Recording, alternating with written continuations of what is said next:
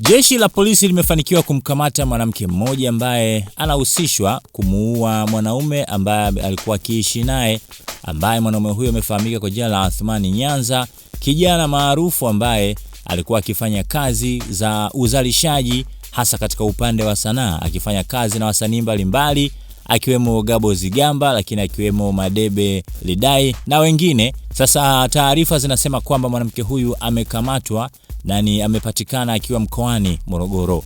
Hasa mtuhumiwa huyu tayari amerejeshwa Dar es Salaam kwa ajili ya kuendelea na hatua za kisheria. Mtakumbuka kuna taarifa ilitoka kwamba kuna mwanamke mmoja ambaye alituhumiwa kumuua mumewe na kisha akawa amemfukia katika shimo. Basi taarifa ile ndio ambaye inamhusu huyu. Sasa kupitia ukurasa wa mtandao wa kijamii wa mtu wa karibu wa kijana huyu ambaye amepoteza maisha, Ali Njenje, yeye ameandika, anasema kwamba tunashukuru jeshi la polisi kwa kufanikisha kumkamata huyu mwanamke aliyesababisha kifo cha ndugu yetu Athmani Nyanza. Amekamatwa akiwa Morogoro na kwa sasa yupo kituo cha polisi Chanika.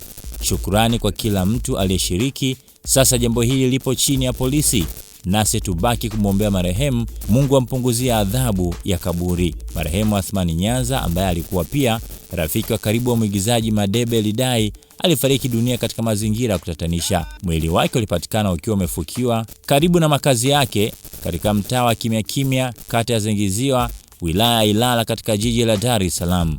Inadaiwa kuwa mwanamke huyo anayetajwa kuwa ni mke wake, ingawa hawakuwa wamefunga ndoa, alitoweka mara baada ya tukio hilo kugundulika, hali iliyozua taharuki na maswali mengi kutoka kwa wananchi.